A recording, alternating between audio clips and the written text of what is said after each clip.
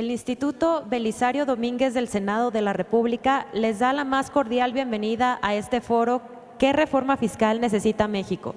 A continuación, le damos la bienvenida a los senadores y a los panelistas que nos acompañan el día de hoy en el presidium. El senador Miguel Ángel Osorio Chong, coordinador del Grupo Parlamentario del Partido Revolucionario Institucional. El senador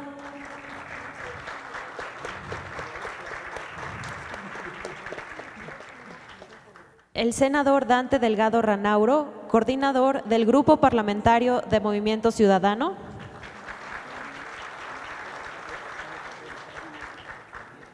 El senador Raúl Paz Rocha, del Grupo Parlamentario del Partido Acción Nacional. Agradecemos también la presencia del doctor Carlos Tello Macías, profesor emérito de la Facultad de Economía de la UNAM.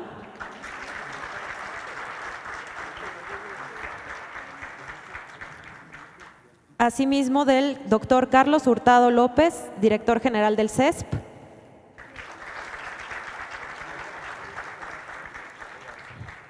Y del maestro Aníbal Gutiérrez Lara, profesor de la Facultad de Economía de la UNAM.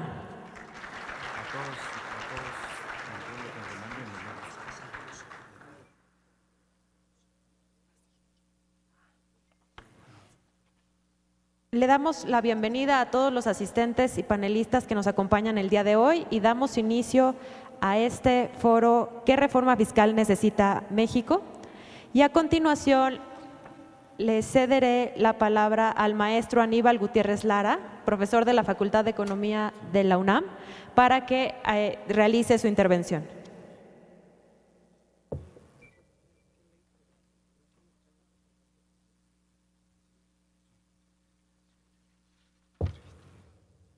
Muchas gracias. Antes que nada quiero agradecer la invitación para participar aquí en esta tribuna y con tan importante audiencia y sobre todo organizadores de este evento.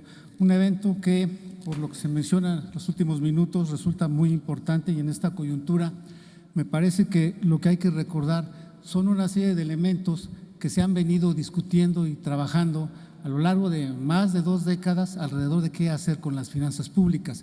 Quisiera recordar que hoy también es una oportunidad para que desde el Senado se puedan revisar una serie de temas que voy a plantear, aprovechando que hoy son miembros del Senado, viejos amigos con los que compartimos los primeros años de creación de la CONAGO, en donde era una CONAGO de a de veras y era una interlocución política con el gobierno federal que nos permitió avanzar y destrabar varias cosas. Y sobre todo, no me dejará mentir, aquí hay alguien que apreciamos mucho, con quien tuvimos encuentros y desencuentros, Carlos Hurtado, cuando estábamos precisamente negociando excedentes petroleros y PAFEFs y demás, ¿no? Entonces, hay una oportunidad porque hay gente que sabe y que conoce la problemática de las finanzas públicas en el Senado para poder introducir una serie de cambios hoy más importantes que nunca.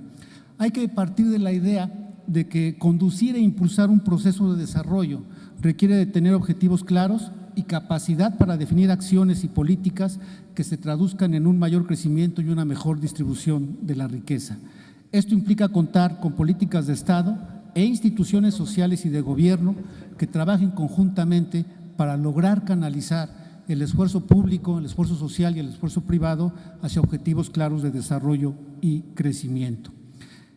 En el caso mexicano, hoy encontramos una serie de transformaciones políticas que nos llevó a esta pluralidad, a la alternancia, pero por otro lado también qué generó para los que van ganando esta opción.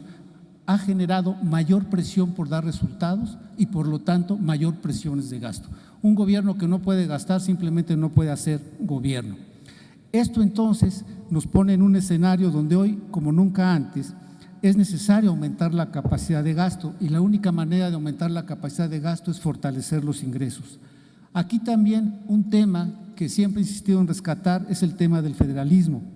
Es importante redefinir con claridad qué le toca hacer, cuál es la responsabilidad pública de cada orden de gobierno y por lo tanto qué facultades pero también capacidades van a tener para cumplir con su función. Desde la óptica federalista es necesario recomponer y equilibrar las responsabilidades públicas con las capacidades de gobierno de los presidentes municipales, ejecutivos estatales y gobierno federal. Un dato importante es que en los últimos años teníamos una economía que promediaba y apuntaba a crecer a tasas del 3% o por arriba. Después se bajó esa perspectiva a 2% y hoy hay algunas previsiones que con trabajos la ponen en 1%.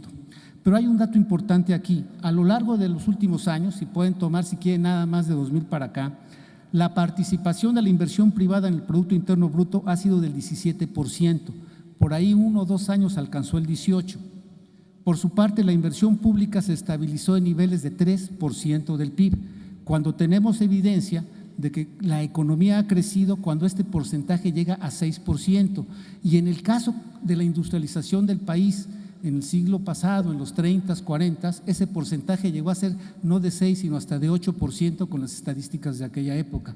Esto es, la inversión privada no ha aumentado su participación en el porcentaje del PIB, pese a todos los cambios e introducciones e innovaciones que se han hecho para sumar y complementar la inversión pública con la privada, no ha crecido realmente, en tanto que la pública ha cedido el espacio y se redujo a la mitad de lo que era con respecto al PIB. La idea de abrir espacios a la inversión privada para fomentar el crecimiento, pues se topó sin duda con la idea de que la privada trae otro ritmo y prioridades de inversión que no necesariamente acompañan la responsabilidad del Estado de promover y garantizar el desarrollo. De ahí que el crecimiento siempre pasa por definiciones de intervención pública. En materia hacendaria hay que hacer frente al centralismo hacendario y en materia de planeación es necesario adoptar una visión federalista que en un proceso integral verdaderamente nacional de planeación, programación y presupuestación nos permita explotar y generar ventajas para cada región del país, que nos permita que éstas también aprovechen sus capacidades locales para elevar potencialidades nacionales. En este proceso, insisto, es necesario fortalecer la acción y presencia pública como promotora del desarrollo. El gasto público y de manera más precisa la inversión pública de los 3 órdenes de gobierno debe ser el instrumento para mejorar estas capacidades locales y reducir las diferencias regionales. Las finanzas públicas hoy deben de garantizar la suficiencia de recursos y la perfecta orientación y transparencia del ejercicio presupuestal conforme a un orden de prioridades acordado y apoyado por distintos órdenes de gobierno. La carga centralista de la administración hacendaria debe ser sustituida por una organización más eficaz que descanse en la autonomía financiera de los gobiernos estatales y municipales, lo cual favorecería el fortalecimiento de fuentes de ingreso y un ejercicio más eficiente del gasto. Cabe señalar que la proporción de los ingresos tributarios exclusivamente dentro del Producto Interno Bruto es del orden del 13%, inferior al observado en la OCDE o en algunos países de Centroamérica. La baja carga fiscal y su concentración en contribuyentes cautivos y la estructura de impuestos, todavía sujeta a un listado de exenciones y prerrogativas, contribuye a reproducir inequidades y desigualdades sectoriales, sociales y regionales, limita el crecimiento económico y las mismas posibilidades de atender con suficiencia programas sociales e inversión. Otro problema que tenemos enfrente es el de la economía informal, que solo expresa la falta de capacidad de la economía de generar empleo a través de ¿qué? De un impulso suficiente de inversión. La visión de desarrollo y generación de recursos fiscales debe tener una perspectiva nacional y no debe limitarse a las finanzas del gobierno federal.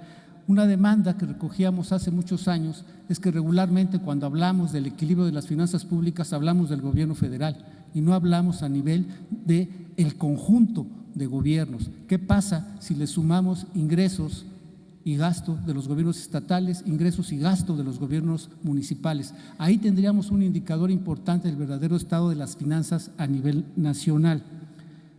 Esto también nos permite ver que es importante ese esfuerzo de coordinación en términos de ingreso, gasto, con una visión y una perspectiva nacional que también tenga como objetivo, sin duda, cómo promovemos el desarrollo desde cada uno de los 3 órdenes de gobierno. Por su parte, cuando hablamos de la estructura impositiva, hablamos del peso que tiene hoy el impuesto sobre la renta, que será un 55% y un 28% el IVA, pero el IVA solo representa 4% del PIB cuando por lo menos debería ser del doble.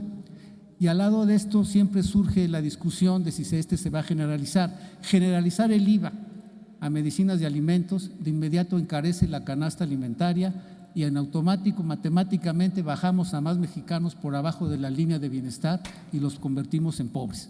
O sea, es muy difícil incluso políticamente poder generalizar esto. Sin embargo, se pueden hacer ahí distintos avances. Un tema que es importante es ver dónde reside la capacidad de contribución.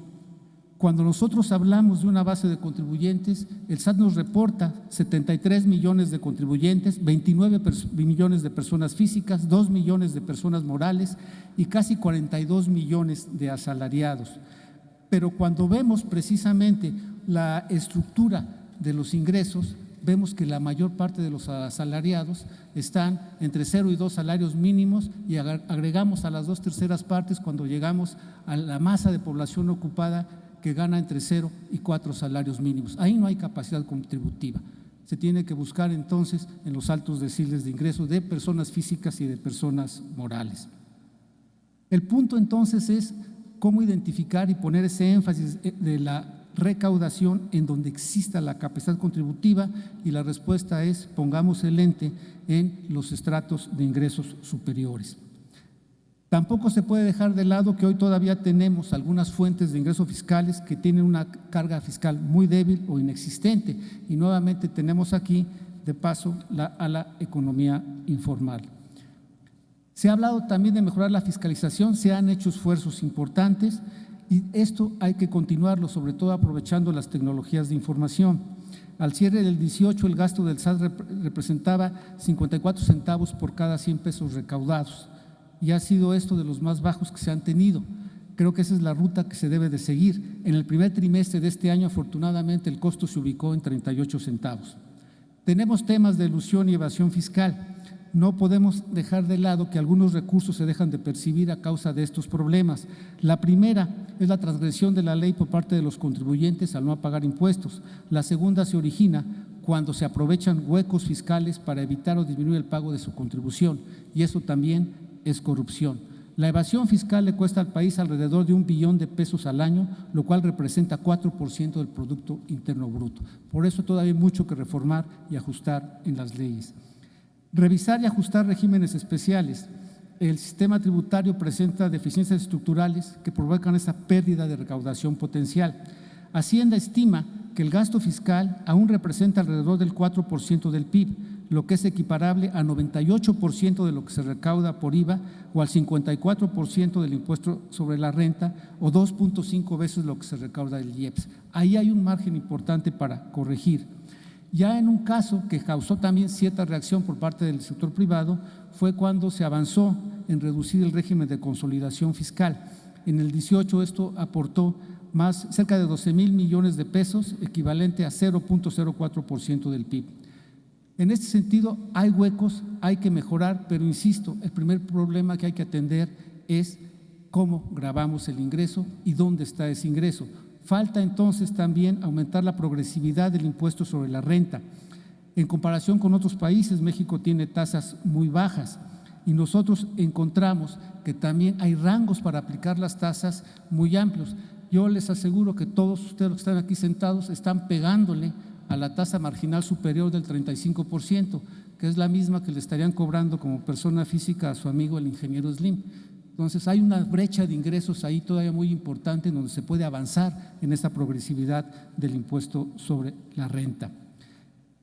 En la relación personas morales, personas físicas, la última reforma nos dejó a las personas morales con una tasa del 30 y a las físicas con una del 35. Es importante, ya para ir concluyendo, que se atiendan estos aspectos, pero sobre todo hay que mejorar las facultades tributarias de estados y municipios. En promedio, las entidades federativas solo recaudan 2% de los ingresos fiscales totales. Sus ingresos dependen en más del 80% de transferencias del gobierno federal, ocasionando que sus ingresos propios solo les permitan cubrir en promedio 7% de sus gastos. Esto es producto de la coordinación fiscal en la cual nunca han estado ya satisfechos ni el gobierno federal, ni los gobiernos estatales, ni los gobiernos municipales. Ahí hay un amplio campo para explorar y trabajar para dotar de mayores capacidades a los gobiernos locales. Un punto importante que fue también motivo de debate hace algunos años fue: hay que hacer transparentes los ingresos. Todos ustedes han estado de acuerdo en fiscalizar el gasto, de dónde viene, a dónde va, cómo se gasta, cuáles son sus reglas. ¿Por qué no tenemos lo mismo del lado del ingreso? ¿Por qué cuando Hacienda nos dice que recaudó 150 son 150? ¿Quién lo fiscaliza? ¿Quién confirma esos 50? Muchas veces nos pasó en las discusiones que decían que era 150 y a la mera hora eran 200. O muchas veces había bolsas ahí ocultas en otros lugares o instituciones. Una ya apareció, el remanente del Banco de México, pero sin duda se requiere darle más transparencia a los ingresos, porque solo de esa manera podemos identificar dónde nos hace falta avanzar. Finalmente, quisiera reiterar que en términos de los gobiernos locales también habría que hacer una reflexión sobre territorio y recursos naturales. Ahí hay una base gradual importante ¿a favor de quién? A favor de los gobiernos locales, que son quienes deberían de disfrutar más que eso el aprovechamiento y explotación de estos recursos. Sin duda, tendríamos que estar pensando entonces en gastar más. Un gobierno eficaz y eficiente es también un gobierno austero, porque gasta para dar resultados programados y esperados. Eficiente porque hace más con menos. No requerimos gobiernos pobres, queremos gobiernos ricos con capacidad de atender las necesidades y de hacer y generar cosas. Una visión de desarrollo y generación de recursos fiscales debe tener una perspectiva nacional, y debemos, insisto, de tener una organización hacendaria diferente que comparta responsabilidades, pero que también garantice autonomía financiera de los órdenes de gobierno. Y finalmente, nuestra inversión pública debe ser precisa y de acuerdo a qué, a estos grandes acuerdos y pactos nacionales con el sector privado, para que haya metas de gasto y de inversión pública con una finalidad específica y metas y objetivos muy claros del sector privado. No nada más vamos a invertir, ¿cuánto empleo vas a generar? ¿A cuántos vas a capacitar? ¿Qué capacidades vas a desarrollar en cada región? Objetivos puntuales y metas puntuales supervisables, como pasó en otros países que lograron desarrollarse. Y finalmente, insisto, desde mi perspectiva, lo que hace falta es finalmente más gasto público vía inversión pública, más inversión pública con rentabilidad económica y social que permita generar más excedentes, en donde podremos tener una base gravable más amplia, más capacidad de recaudar por renta y por IVA. Muchas gracias.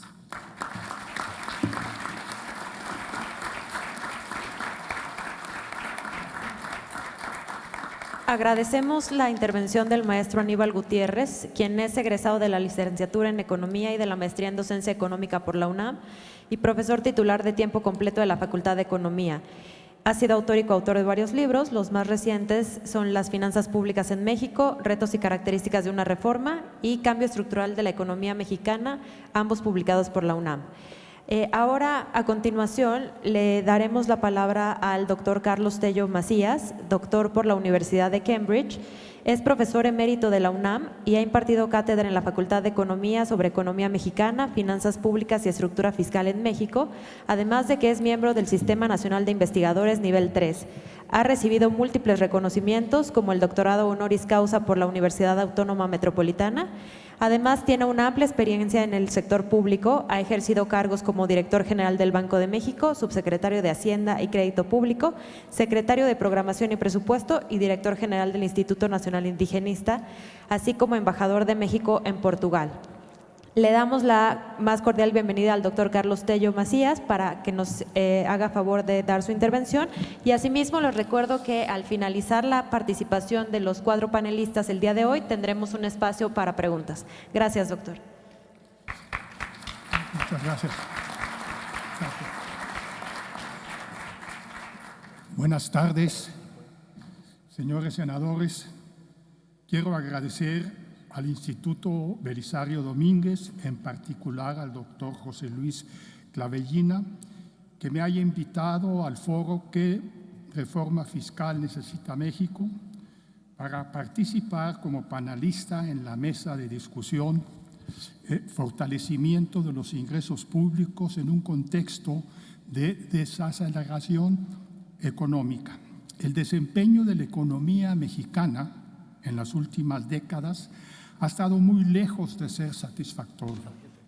El crecimiento del Producto Interno Bruto por persona durante los últimos 36 años, en promedio, ha sido menor al 1% al año en términos reales, por debajo del crecimiento logrado entre 1934 y 1982, que promedió alrededor de 3% al año. Una cadena de reformas llamadas estructurales puestas en práctica desde los primeros años de la década de los años 80 del siglo pasado, junto con otras más recientes que vendrían a complementar a las primeras, no han dado los resultados que los sucesivos gobiernos anunciaron y prometieron. Más bien, han dejado un saldo ampliamente documentado, no solo de bajo crecimiento económico, sino también de mayor concentración de la riqueza y del ingreso, elevados niveles de pobreza, alta informalidad en el mercado de trabajo y deterioro en las condiciones de existencia de la enorme mayoría de la población, en particular en las áreas de salud, seguridad social y educación. Además, falta de suficientes alimentos. En los últimos años, a todo ello se ha sumado la creciente violencia e inseguridad en prácticamente todo el territorio del país asociada al crimen organizado. El gasto público en desarrollo social se redujo desde 1983 y dejó de tener el ritmo de crecimiento anual que tuvo antes de ese año. En algunos casos incluso se redujo en términos reales durante varios años. Este es el caso, por ejemplo, de los servicios de salud. El gasto público en formación de capital se desplomó y en la actualidad apenas representa menos del 2% del Producto Interno Bruto para los 2 últimos años, después de ser de alrededor de 8% en 1982. En infraestructura básica, uso y aprovechamiento de agua, energéticos, comunicaciones y transportes, se registró un ajuste a la baja, perpetuando el déficit que México ha tenido durante años en esta materia y afectando las futuras capacidades productivas y de desarrollo del país. El estancamiento de la economía, que por lo visto continuará durante el año en curso, la concentración del ingreso a favor del capital, la creciente desigualdad en la distribución personal del ingreso, las altas tasas de pobreza, las insuficiencias y deficiencias en la provisión de bienes y de servicios públicos demandan un cambio en la política macroeconómica que México ha venido instrumentando durante décadas y que de tiempo atrás se ha convertido en una camisa de fuerza para el sano desarrollo de la economía y de la sociedad mexicana. En la actualidad, esta política consiste en un trípode macroeconómico compuesto por un objetivo de política fiscal de superávit primario, un régimen de metas de inflación para la política monetaria y un tipo de cambio semiflexible orientado a contener la inflación. Detonar el crecimiento económico requiere abandonar esta política macroeconómica y adoptar un enfoque distinto para las políticas fiscal, monetaria y de tipo de cambio. Es necesario privilegiar como objetivo acelerar el crecimiento económico incluyente hacia niveles mínimos de 4% anual. El ritmo de crecimiento económico determina el paso al cual se podrá crear una sociedad más justa y equitativa. Es condición necesaria para el logro de las grandes metas sociales, de mayor generación de empleo, de disminución de la desigualdad y de la extrema pobreza. En este sentido, es necesario llevar a cabo una profunda reforma en materia de finanzas públicas, coordinada con los ajustes del caso, con la política monetaria y la de tipo de cambio. Solo así, en un plazo razonable, se podrá atender a toda la población, que en el país es de alrededor de 60%, con los servicios y los bienes para que disfruten de una vida digna, libre de los riesgos fundamentales de la vida, el hambre, la ignorancia, la insalubridad, la miseria. La reforma debe abordar cuestiones relacionadas con el gasto público, los ingresos públicos y la deuda pública.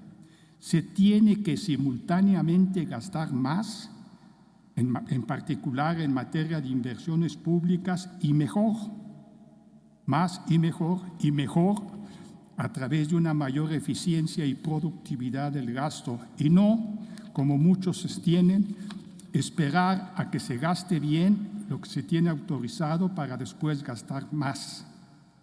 México es uno de los países de América Latina que menos gasta en materia social y en materia de infraestructura básica. El gasto por persona en materia de salud, seguridad social y educación es muy reducido. También lo es el que se lleva a cabo en la infraestructura básica. Hay regiones del país, como el sur-sureste, históricamente rezagadas.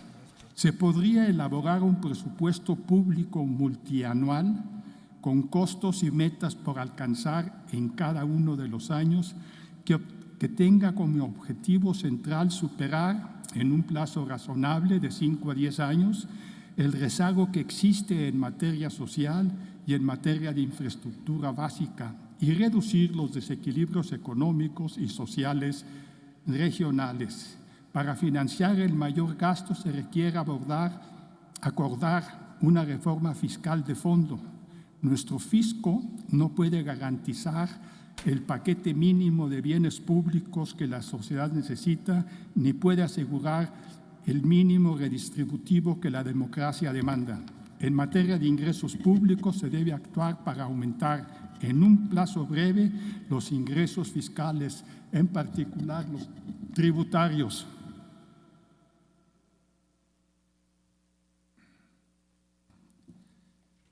Ello con el fin de financiar adecuadamente los programas de gasto mencionados que buscan lograr mayor equidad. El causante sabría de antemano el destino de sus impuestos. Debe establecerse una hoja de ruta y programarse su debida secuencia para aumentar la recaudación tributaria. Se debe actuar ya en 2 frentes, el recaudatorio y el distributivo. Las posibilidades de recaudar mayores ingresos fiscales en buena medida están determinadas por la eficiencia, eficacia, honestidad y transparencia de la acción pública, por la forma en que se ejecute el gasto público, que debe perseguir mayor eficiencia y productividad, por la calidad de los bienes y servicios que el gobierno proporciona a la sociedad. Con todo, hoy en México, el potencial tributario del país es enorme, ya que está en función de el nivel de ingreso por habitante, que en México, a pesar del relativo estancamiento de la economía en los últimos años, aún es comparativamente elevado. La distribución del ingreso, que en México está altamente concentrada. La parte del ingreso generado que va a las utilidades privadas en comparación con la inversión que los particulares llevan a cabo. Las utilidades representan hoy cerca del 60% del ingreso generado en el país, en tanto que la inversión privada es apenas una reducida fracción de ellas. El grado de monopolio de las diferentes actividades productoras de bienes y servicios, que en México es alto. El valor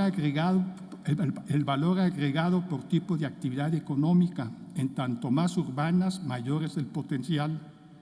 La existencia y cobertura de los diferentes tributos. Muchos tributos no existen en México y los que existen tienen reducida cobertura. La capacidad de las entidades encargadas de administrar los tributos, que en México ha mejorado, pero hay mucho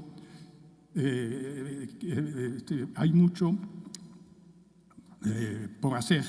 Son 3 las áreas en materia impositiva en las que hay que actuar de manera simultánea: administración tributaria, promoción económica y reforma de los tributos existentes, además de introducir nuevos tributos. La administración tributaria, que ha mejorado, está aún por debajo de los índices que prevalecen en muchos otros países. La productividad, tanto en el IVA como en el impuesto sobre la renta, es baja. Para todos los impuestos es necesario llevar a la práctica una revisión total a fin de simplificar de manera considerable el proceso de administración tributaria. Ello no entraña la reducción de tasas o de tarifas, ni tampoco la introducción de la tasa y la tarifa única. La equidad, la transparencia, el cumplimiento de las obligaciones y la eficiencia tributaria mejor se logran para los causantes y para el fisco con un sistema sencillo que con un sistema complejo. Es igualmente necesario contar con un buen y permanentemente actualizado registro de contribuyentes y un adecuado control de sus obligaciones, ello acompañado de un eficaz y eficiente sistema de fiscalización. La descentralización administrativa de la administración tributaria ayudaría en todo ello.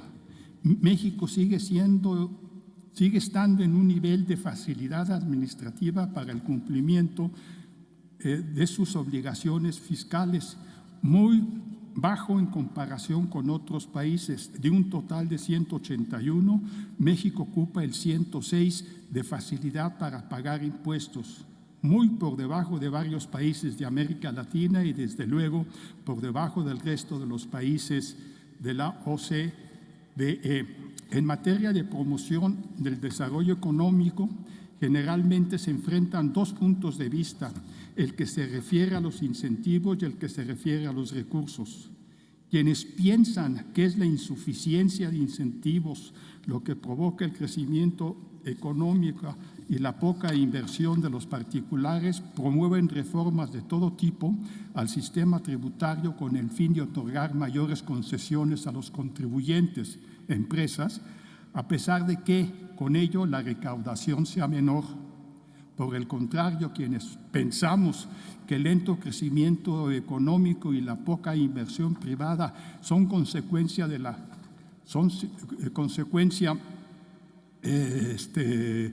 falta de recursos, promueven reformas tributarias de todo tipo y eliminan tratamientos especiales, estímulos para que con una mayor recaudación aumentar la inversión y el gasto público. En este último caso, el estímulo se daría por la vía de mejores servicios públicos y mejor infraestructura. En México se ha marchado de manera excesiva por el camino de los estímulos y de los incentivos y de los tratamientos especiales en el proceso de promoción de las actividades. Ello representa ya un alto costo fiscal. En realidad, estos estímulos significan una ganancia extra para el inversionista. Además, se debe revisar y modificar lo establecido en el artículo 39 del Código Fiscal de la Federación, que faculta al Ejecutivo a otorgar todo tipo de beneficios tributarios en exenciones o condonaciones, facilidades administrativas, estímulos y subsidios. Con base en ello, en los hechos, el Ejecutivo ha puesto en práctica durante décadas una política tributaria por decreto. El Ejecutivo ha legislado en materia tributaria y así se relaciona y negocia con los diferentes grupos y sectores de la sociedad.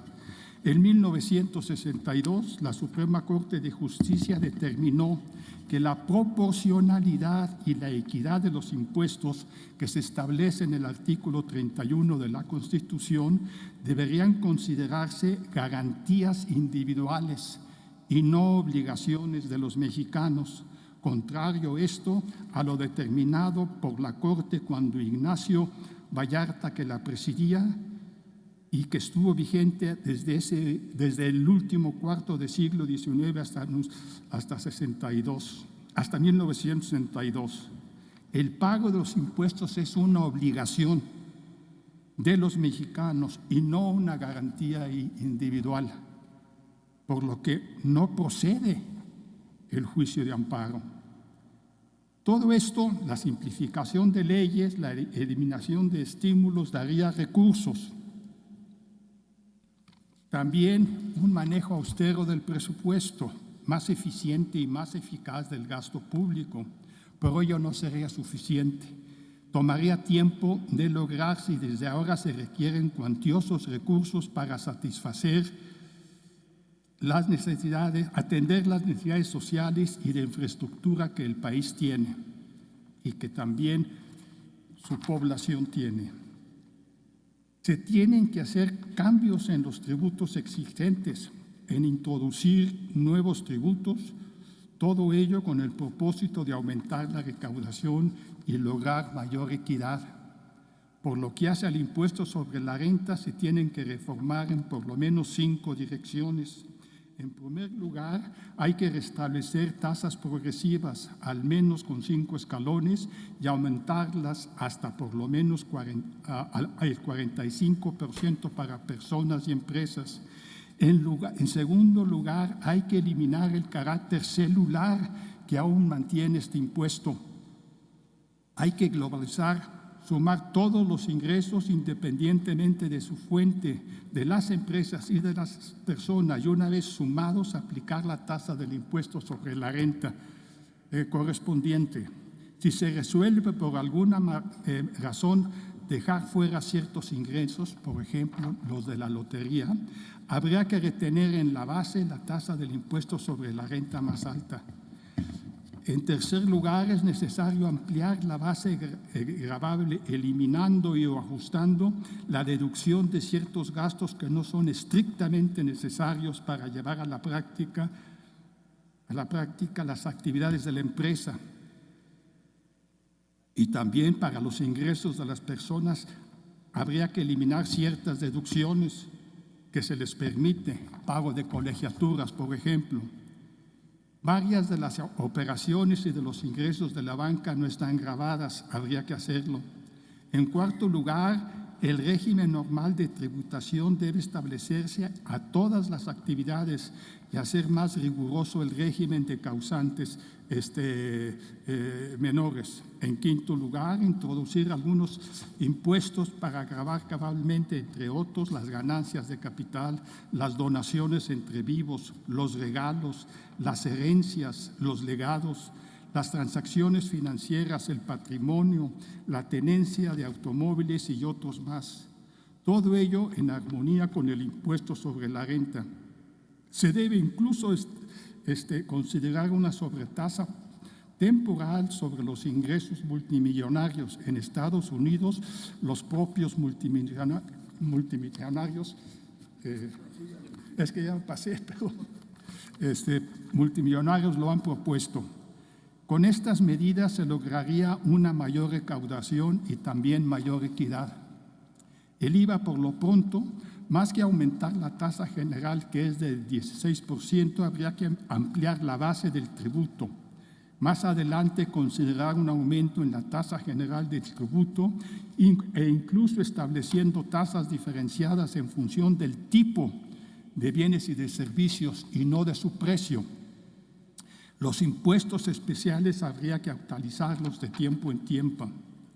Se tendría que estudiar la mejor manera de gravar el comercio y los servicios informales. El grueso de los trabajadores informales que sobreviven en la informalidad pagan los impuestos indirectos al consumir un bien o un servicio. No pagan el impuesto sobre la renta, ya que sus ingresos son muy reducidos, menos de 2 salarios mínimos. Los que sí tienen ingresos considerables son los que controlan a la masa de informales. A ellos hay que gravarlos. En materia del impuesto predial es necesario llevar a cabo 2 tareas: eliminar los tratamientos especiales y los estímulos que los municipios han dado durante años o se les han impuesto. Y en segundo lugar, aumentar el impuesto con base en un catastro actualizado permanentemente. Muchos municipios en el país requieren apoyo técnico. Dadas las limitaciones para aumentar los impuestos en el corto plazo, habrá que considerar desde ahora el aprovechamiento del espacio fiscal disponible, tomando en cuenta el muy bajo nivel de endeudamiento que tiene el país. Lo inadecuado del sistema fiscal del país no se constriñe a la insuficiente magnitud de sus recursos. También tiene que ver con el escaso impacto que tiene para reducir de manera relevante la desigualdad en la distribución del ingreso. En efecto, a nivel nacional, los coeficientes de Gini en la distribución personal del ingreso antes y después de impuestos y transferencias son muy similares. Esta situación contrasta con la marcada brecha que registra la Unión Europea. Con mayor gasto social y en infraestructura, con un amplio sistema de impuestos progresivos, con algo de mayor deuda y con transferencias a los sectores de la población en desventaja, se mejoraría el nivel de vida de la población, se fortalecería el mercado interno, se podría acelerar el crecimiento económico y México sería una sociedad más equitativa. Gracias.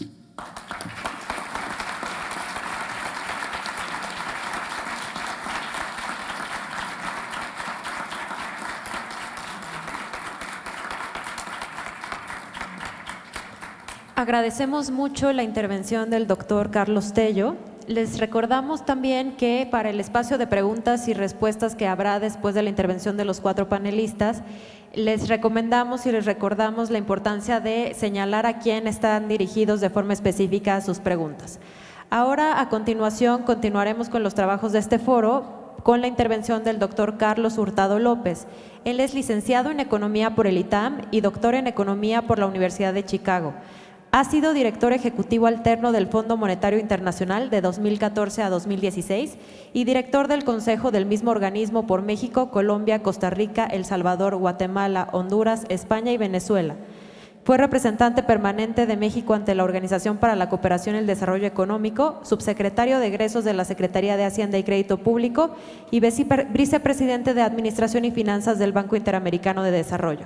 Asimismo, ha sido académico y profesor del ITAM y actualmente es el director general del Centro de Estudios Económicos del Sector Privado, CESP, y consultor económico. Agradecemos mucho la presencia del doctor Carlos Hurtado.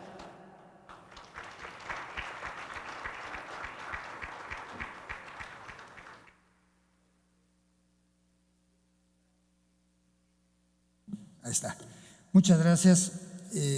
Muchas gracias por la amable presentación y también por al Instituto Belisario Domínguez por invitarme a participar en este foro y también a los senadores Osorio, Delgado y Paz por su hospitalidad. Voy a hacer una presentación un poco distinta de las dos que me precedieron, por cierto, con las cuales coincido en buena medida en términos de los temas tributarios. Pero, digamos, en esto de qué reforma fiscal necesita México, a mí se me ocurre que hay primero que sustentar si la necesita o no, y es un poco en lo que me voy a centrar. Tengo una presentación que se ve ahí en las pantallas, no es tan importante tampoco estarla viendo, yo voy a tratar de escribir lo que dice ahí y lo voy a tratar de hacer de la manera más breve posible. Primero, como antecedentes, si vemos lo primero, el gasto público creció sustancialmente más que los ingresos desde el principio de esta crisis global que hubo, lo que se llegó a denominar la Gran Recesión, hasta el año 2007. Si ustedes ven en esa línea, se ve como más o menos los gastos y los ingresos llevaban el mismo paso y la brecha se abre de manera muy importante en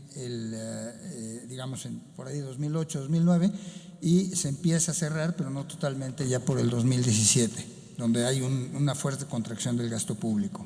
La siguiente, por favor.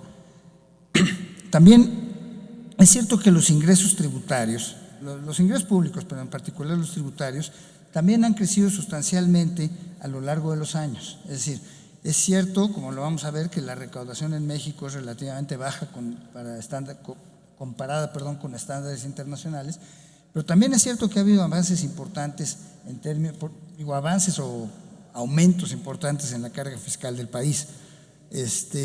Y también es cierto que hay una práctica que se ha utilizado en México Ocasionalmente, yo creo que en los últimos años se dio con más énfasis de subestimar los ingresos públicos en el presupuesto, de manera que cuando los ingresos realizados son más altos, el gobierno federal siempre ha tenido más o menos discrecionalidad para usarlos de acuerdo a sus propios objetivos, sin tener que volver a pasar por el sedazo del Congreso. La siguiente, por favor. Todo esto dicho, y perdónenme que yo estuve fuera ahí estos últimos días y no pude preparar las gráficas como quería, entonces prácticamente me fusilé de una presentación de la OCDE, no se alcanza a ver muy bien ahí, pero todo esto dicho, es cierto que la carga fiscal, es decir, el monto de ingresos dividido entre la producción, entre el Producto Interno Bruto, sí es menor en México, digamos, bajo casi cualquier estándar. Ahí, por ejemplo, la primera línea, no se alcanzan a ver las letras, es la recaudación, los ingresos públicos, como proporción del PIB en los países de la OCDE, la de hasta arriba. En los de Latinoamérica y el Caribe es la de en medio y la de México es hasta abajo. Yo la última vez que vi la comparación con países de Sudamérica, nuestra recaudación tributaria, sin contar el petróleo, era del mismo tamaño que la de Paraguay, como proporción del producto. En Paraguay no había, en ese entonces todavía, impuestos sobre la renta. Eran nada más impuestos indirectos los que se cobraban, ahora ya lo tienen. Entonces, es cierto que la carga fiscal es menor, la que sigue, por favor. Y el otro tema que también es muy cierto es que el gasto social en México es relativamente bajo. Yo discrepo un poquito con el profesor Carlos Tello en el sentido de que bajó todo el tiempo. Yo creo que no, yo creo que hubo etapas, digamos, en la segunda parte de los 90, la primera parte de los años 2000, en donde el gasto social, digamos, la función social del gasto creció como proporción del PIB, pero digamos, ese es un punto menor, es bastante bajo. Y esto haría pensar que es inminentemente importante aumentar los ingresos públicos. Sin embargo, yo me voy a permitir diferir un poco de eso. La siguiente, por favor. Ahí, como dice, lo anterior no significa automáticamente que hay que elevar los impuestos o crear nuevos impuestos en este momento. Yo creo que es importante, y esta es una cuestión más política que económica, que los países deben de tener un acuerdo nacional en cuanto a cuál debe ser la carga fiscal, ¿no? Les voy a poner un ejemplo internacional que para mí es muy ilustrativo. Las juventudes en Estados Unidos se quejan, les digo, yo tengo 2 hijos que viven ahí, y se quejan todo el tiempo de que las universidades son muy caras y que el sistema de salud es muy caro. Ese tiene otras particularidades que lo hacen así. Y dicen, bueno, ¿es muy caro respecto a qué? Bueno, pues respecto a las universidades europeas. Bueno, sí es cierto, porque las universidades europeas están muy subsidiadas. Pero los países europeos continentales típicamente tienen una carga fiscal del 40%, que es mucho mayor que la de Estados Unidos. Y eso es que estas sociedades, de alguna manera, han llegado a un acuerdo nacional de tener una elevada carga fiscal para proveer muchos servicios que en economías demás que no han llegado a ese acuerdo, pues son menores lo que provee el Estado y por lo tanto son más caros. Y son 2 arreglos, digamos, importantes. Yo creo que no hay uno mejor que el otro. Yo creo que lo que hay es que se necesita un acuerdo nacional para llegar a alguno, y me parece que es en lo que México no ha llegado, ¿no? Hemos perdido mucho, hemos estado mucho tiempo en discusiones, pero sin llegar a un acuerdo nacional de hacia dónde queremos ir, y me parece que eso es muy importante y va mucho más allá de reformas fiscales técnicas, ¿no? Digamos, es una cuestión, me parece que de mayor profundidad. Entonces, queremos una mayor carga fiscal y transitar hacia una economía como las que se llaman de bienestar, o estarnos más en una economía más de mercado. En fin, es la discusión que vale la pena. Además, se requiere también, y esto es muy importante, conocer la eficiencia de los programas de gasto corriente y de gasto de inversión, antes de saltar a la conclusión de que necesitamos más ingresos. Y en ese sentido, la que sigue, por favor, creo que hay que analizar o llevar a cabo una reingeniería. Yo le puse reingeniería ahí, pero no le hagan caso. Yo creo que hay que analizar la pertinencia del gasto público que tenemos. En mi opinión, y en mi opinión no es solamente mía, digo, obviamente es de muchas personas, los programas de gasto corriente deben ser evaluables y evaluados. Es decir, deben ser programas que se puedan evaluar, diseñados para eso, y que además se evalúen, ¿no? Por ejemplo, para mí un ejemplo que desafortunadamente ya pasó a ser historia por el momento, es el Progresa, que después se llamó Oportunidades, después Prospera, etcétera. Cumplía con estas cosas. Así se diseñó. Era un programa evaluable y era evaluado recurrentemente. Y bueno, pues con el chiste de ahí es hacer ajustes a las cosas, ¿no? Esto está muy relacionado con el tema de presupuesto por resultados, ¿no? De ir viendo, que digo, para mí es una incógnita qué es eso exactamente, pero es ir viendo qué resultados dan los programas y con base en eso tomar las decisiones de tipo presupuestario. Y el otro punto que quiero resaltar mucho aquí es que los proyectos de inversión pública, es cierto, la inversión pública ha bajado y hay que elevarla, pero también es cierto que los proyectos de inversión pública deben ser evaluados y deben ser evaluados antes de embarcarse en ellos, es decir, ex ante, como dice ahí la lámina, y hay herramientas perfectamente conocidas, ortodoxas, probadas, viejas, documentadas, todo lo que quieran poner para hacer esto, y sin embargo no se hace correctamente, por cierto, como lo manda el artículo 34 de la Ley de Presupuesto, que dice que para que haya un proyecto de inversión que pueda ser legislado en el presupuesto en la Cámara de Diputados, este proyecto debe provenir de un registro, y para que entre a ese registro, a esa lista, tiene que contar con una evaluación de costo-beneficio. Y eso me parece que, sobre todo en años recientes, no ha sido exactamente hecho de esa forma, y es algo que tenemos que recuperar, digo, aunque sea simplemente para cumplir con la ley, ¿no?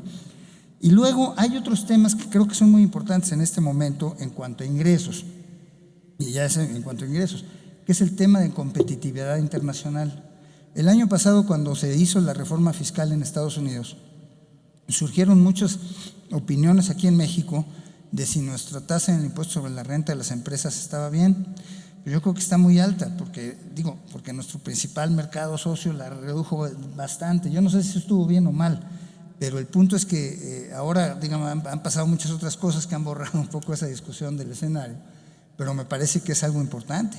También es cierto que en Estados Unidos permitieron, aunque sea por unos años, pero luego estas cosas se perpetúan, una depreciación acelerada de las inversiones, ¿no? Con esta obsesión del presidente de Estados Unidos de que hay que traer las inversiones de regreso, no sé qué, a Estados Unidos se hizo esta medida y está siendo bastante, digamos, efectiva.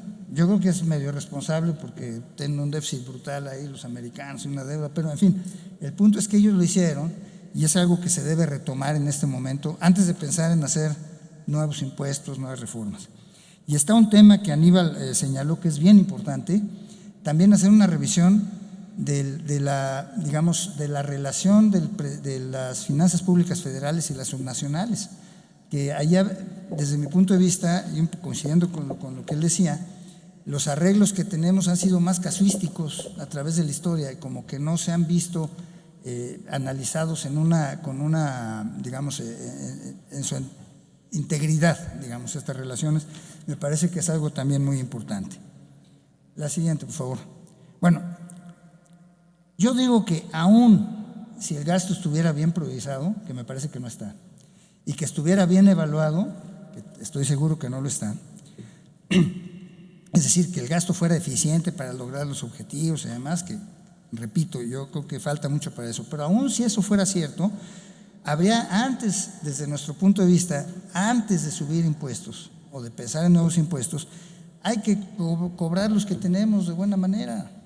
Digamos, ya se mencionó aquí, por ejemplo, también por los dos presentadores que me precedieron, la mayor eficiencia en el cobro de impuestos, que es importantísima, el examen de los gastos fiscales, que yo creo que es algo que, digo, se publican y se evalúan, pero no se ha hecho mucho en los últimos 20 años al respecto, siguen persistiendo una tasa muy elevada de la recaudación en gastos fiscales.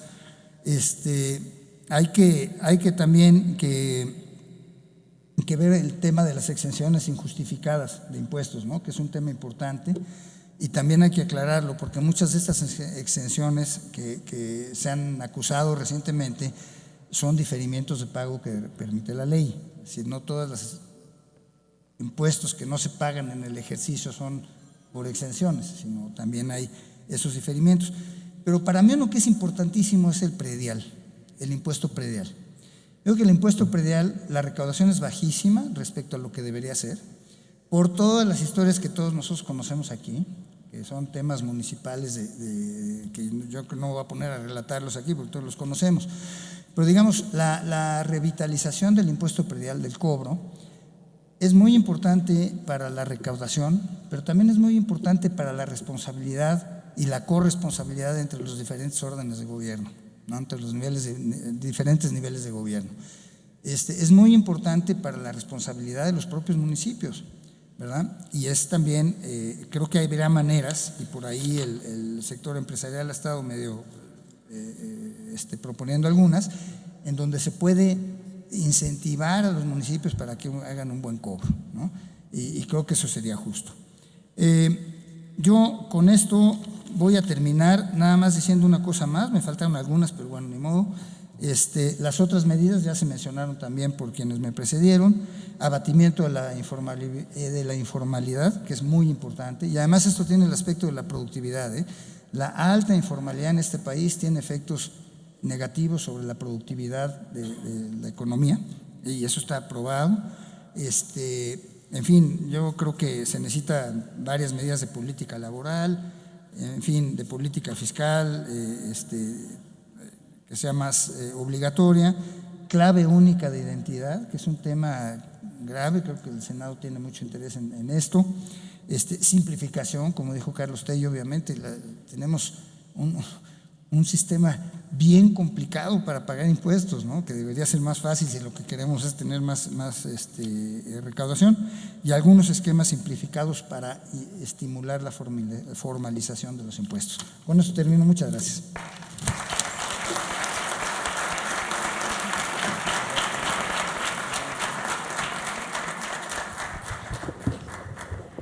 Agradecemos mucho la intervención del doctor Carlos Hurtado López. Aprovecho también para dar la bienvenida a esta mesa al doctor Fausto Hernández Trillo, profesor investigador del CIDE. Y a continuación procederemos a escuchar las palabras del senador Dante Delgado, coordinador del Grupo Parlamentario de Movimiento Ciudadano.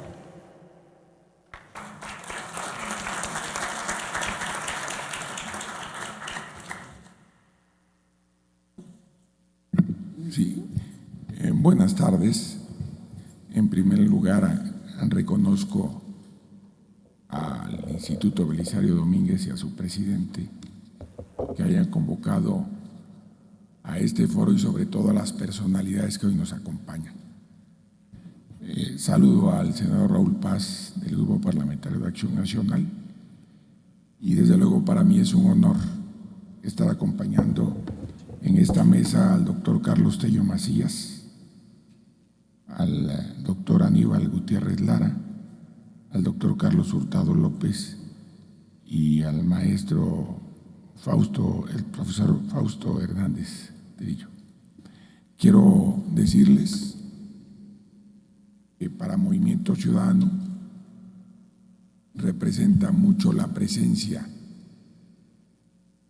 de jóvenes en este foro, sobre todo porque se han expuesto la necesidad de hacer una reforma fiscal en donde todos los sectores puedan opinar, pero lo estamos viendo en una perspectiva de experiencia, porque nadie puede negar la experiencia que tienen los ponentes, pero también en una falta de definición de política pública en ese sentido, entre otras razones porque ha habido confrontaciones políticas, es decir, visiones diferentes en el desarrollo. No todos los que están aquí tienen por qué recordarlo, pero el cambio sustantivo que se da en la política de desarrollo social, en la que Movimiento Ciudadano está claramente definida, buscamos desarrollo para el país, apoyo a la inversión productiva, pero también pugnamos porque el Estado garantice los equilibrios que permitan respaldar a los grupos vulnerables. Y precisamente por eso, hace un momento nuestro amigo Carlos Hurtado decía que discrepa un poco en función de los impuestos, en función de que en este momento pues él trabaja precisamente en el sector privado, que es el que los paga, pero como servidor público sabe que el país tiene que hacer una revisión integral, porque una parte lo habló, pero lo habló muy de lado. Los impuestos prediales le corresponden a los municipios. Hay impuestos estatales a los que se abdicó, sobre todo con Pedro Aspe como secretario de Hacienda, concentró facultades recaudatorias de los estados, las centralizó. Y el gobierno de la República ha tomado medidas en términos de lo expresado aquí por nuestros ponentes iniciales, y por eso agradezco la profundidad del mensaje de Aníbal Gutiérrez y desde luego del doctor Carlos Tello. Creo que los materiales de este foro deben ser reproducidos en un libro, nos tiene que servir a todos para entender la problemática del país. Y desde luego que el Movimiento Ciudadano piensa en la necesidad de una nueva convención hacendaria, porque deben ser los 3 niveles de gobierno los que participen y debe haber confianza regional. Lo que pasa es que ha habido momentos de la vida del país que piensan que solo el gobierno de la República y particularmente la Secretaría de Hacienda es la que tiene la capacidad de hacer lo que podría desarrollarse en todas las instancias de la administración.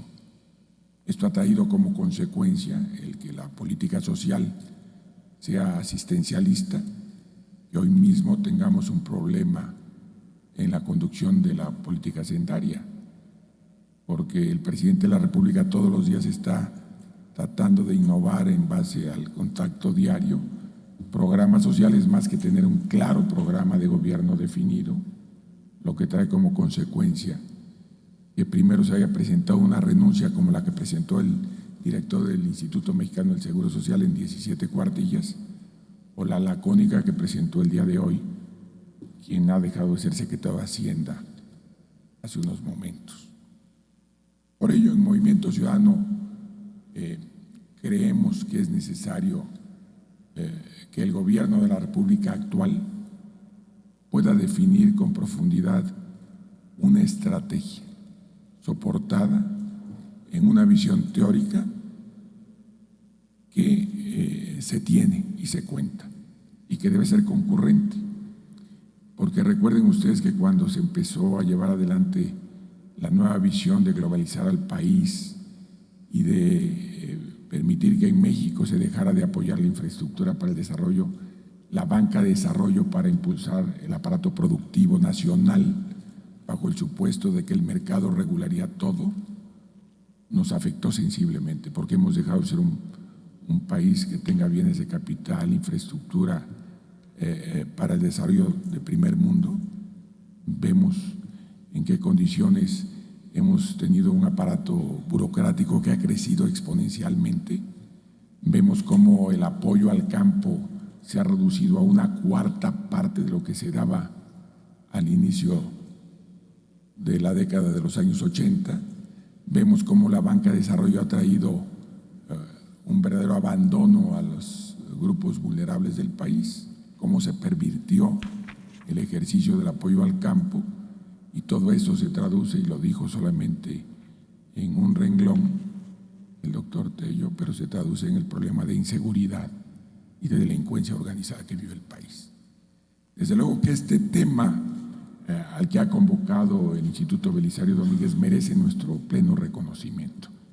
Yo sé que si todos hacemos un esfuerzo y hacemos corresponsable a autoridades municipales, ustedes saben, lamentablemente han sido también capturadas, sus estructuras han sido capturadas por la delincuencia organizada, porque los mecanismos de elección han traído como consecuencia que el área de administración esencial, como puede ser la policía, la obra pública, sean capturadas. Ustedes ven cómo la delincuencia organizada permite que un Estado ineficaz que no cobra impuestos hace que la seguridad la cobren en derecho de piso. Y todo eso está presente para mí en la profundidad de la reforma fiscal que necesita México. Por eso Movimiento Ciudadano está dispuesto a ser solidario, a participar. Y no lo queremos decir solamente en una tribuna, lo hemos hecho. Movimiento Ciudadano presidió una comisión de largo nombre, que era la Comisión Especial para determinar las causas del bajo financiamiento para el desarrollo y el elevado monto de la deuda pública. Se hicieron 3 libros y además, gracias a ese trabajo, por primera vez se exigió jurídicamente que se registrara la deuda pública del país, porque anteriormente no estaba registrada. Hacienda lo manejaba de una manera, Petróleos Mexicanos tenía piriregas que estaban ahí perdidos, lo mismo la Comisión Federal de Electricidad. ¿Qué es lo que hizo el gobierno durante mucho tiempo? Tomar a Petróleos Mexicanos como su caja chica.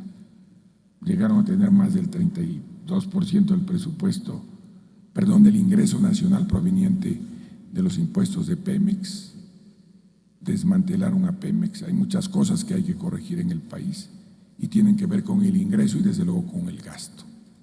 Por eso estamos en contra del gasto asistencialista, pero estamos a favor de un Estado que guarde los equilibrios y que permita el estado de bienestar para los grupos vulnerables.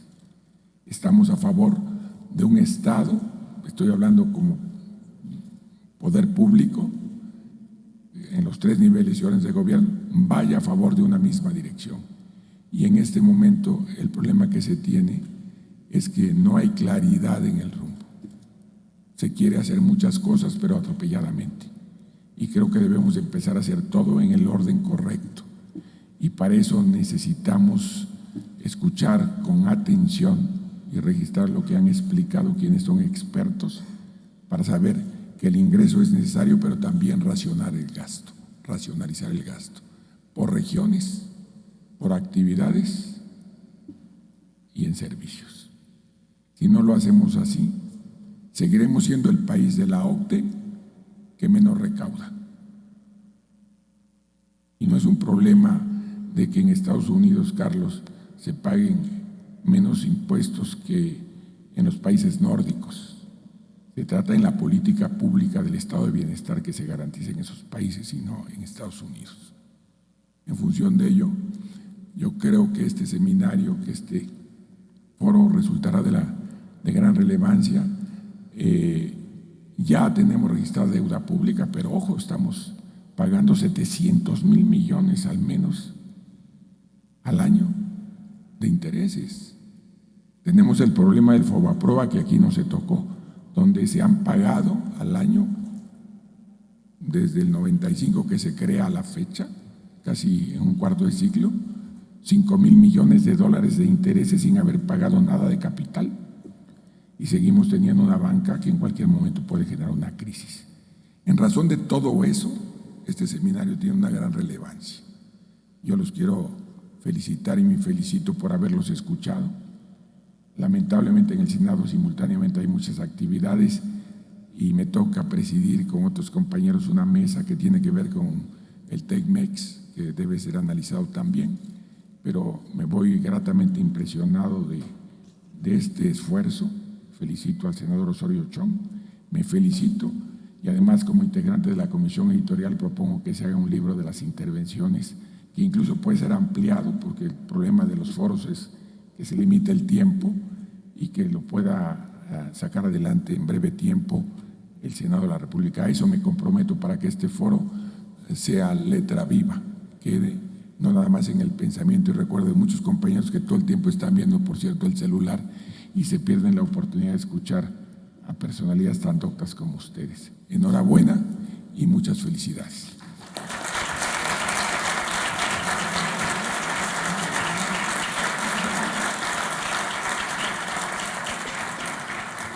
Agradecemos la presencia y las palabras del senador Dante Delgado y continuaremos este foro con la intervención del doctor Fausto Hernández Trillo. Él es doctor en Economía por la Universidad del Estado de Ohio. Tiene 2 licenciaturas, una en Administración por la Universidad Autónoma Metropolitana y otra en Economía por la UNAM.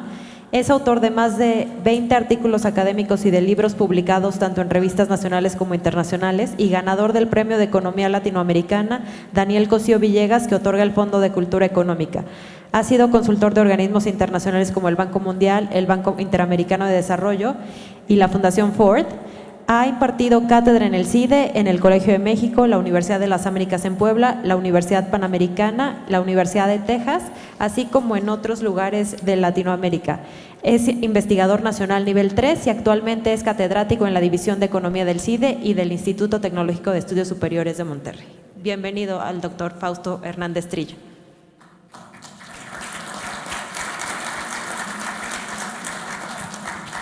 Antes que nada, muchísimas gracias al senador, muchísimas gracias al Instituto Belisario Domínguez, gracias a la presentación y para mí es un placer estar aquí. Una disculpa por llegar un poco tarde, pero había un evento del Aspen Institute que ya me había comprometido previamente, pero no quería yo dejar de estar aquí. El foro se llama ¿Qué reforma fiscal necesita México? A mí siempre me gusta decir que, la reforma fiscal que México necesita es la reforma que va a financiar un proyecto de nación. Cuando uno habla de papel del Estado, uno dice, bueno, yo quiero que el Estado haga esto, A, B, C y D. La segunda pregunta es ¿con qué lo voy a financiar? Pero esa es la segunda pregunta. Creo yo que en México hemos equivocado siempre el orden. Siempre decimos, quiero una reforma fiscal para seguir haciendo lo que estoy haciendo, que no necesariamente nos ha llevado a buenos puertos. La siguiente, por favor. Entonces, en parte estamos, la siguiente también, por favor. Dicho esto, sí quisiera insistir, ¿qué nos trajo hasta acá? La siguiente, por favor. Lo que nos trajo hasta acá es un aumento del tamaño del Estado. Si ustedes ven cuando en la historia contemporánea, cuando alcanzamos el menor nivel o tamaño del Estado, es 1993. Veníamos obviamente de la década perdida, con un ajuste estructural pavoroso que nos impuso el Fondo Monetario Internacional, para bien o para mal. No quiero aquí añadir juicios de valor, pero de 1993 para acá, hoy día tenemos un tamaño del Estado de entre 27 y 28%. En otras palabras, en la historia moderna de México, el gasto se ha incrementado en prácticamente 10 puntos porcentuales del PIB y la recaudación hasta el 2014 permaneció en 10 puntos porcentuales del PIB. Lo que nos salvó fue los ingresos petroleros. ¿Sí? Esto nos trajo hasta el 2014, en donde obviamente la disminución de los precios petroleros hicieron que no nos quedara de otra más que tener una reforma fiscal en el 2013 para implementarse en el 2014. Desde mi punto de vista fue una reforma fiscal que no era la ideal, no era la adecuada. Creo yo incluso que perdió de vista parte de la realidad del país. La siguiente, por favor. Una cosa que quiero decir es, miren, esta grafiquita, las barritas transparentes es el gasto de operación recurrente del gobierno y la barrita oscura es el ingreso tributario. Si ustedes ven, siempre la barrita oscura está por abajo de la barrita clarita. Quiere decir que si no tuviéramos petróleo, no podríamos operar el país. Punto. Ya no estoy hablando de inversión, estoy hablando única y exclusivamente de operación. Entonces, obviamente necesitamos una reforma. La siguiente, por favor. Cuando bajan los ingresos petroleros, la baja de ingresos petroleros es la línea que está por arriba de las barritas. Si ustedes ven, la reforma fiscal lo único que hizo fue tratar de subsanar. Claro, nos salva macroeconómicamente, pero en el fondo, el día de hoy, lo que esta reforma me está diciendo es que estoy como cuando empecé. ¿Por qué? Porque apenas ni siquiera llego a compensar todo lo que se perdió en ingresos petroleros. La siguiente, por favor. Y si a eso le añadimos que empezaron a crecer los intereses de la deuda, pues entonces ya estoy peor que como cuando empecé en el 2014. Entonces esto me lleva a que necesito una reforma fiscal. La siguiente, por favor. Sin embargo, para hacer una reforma fiscal uno siempre tiene que ver el comportamiento de los agentes.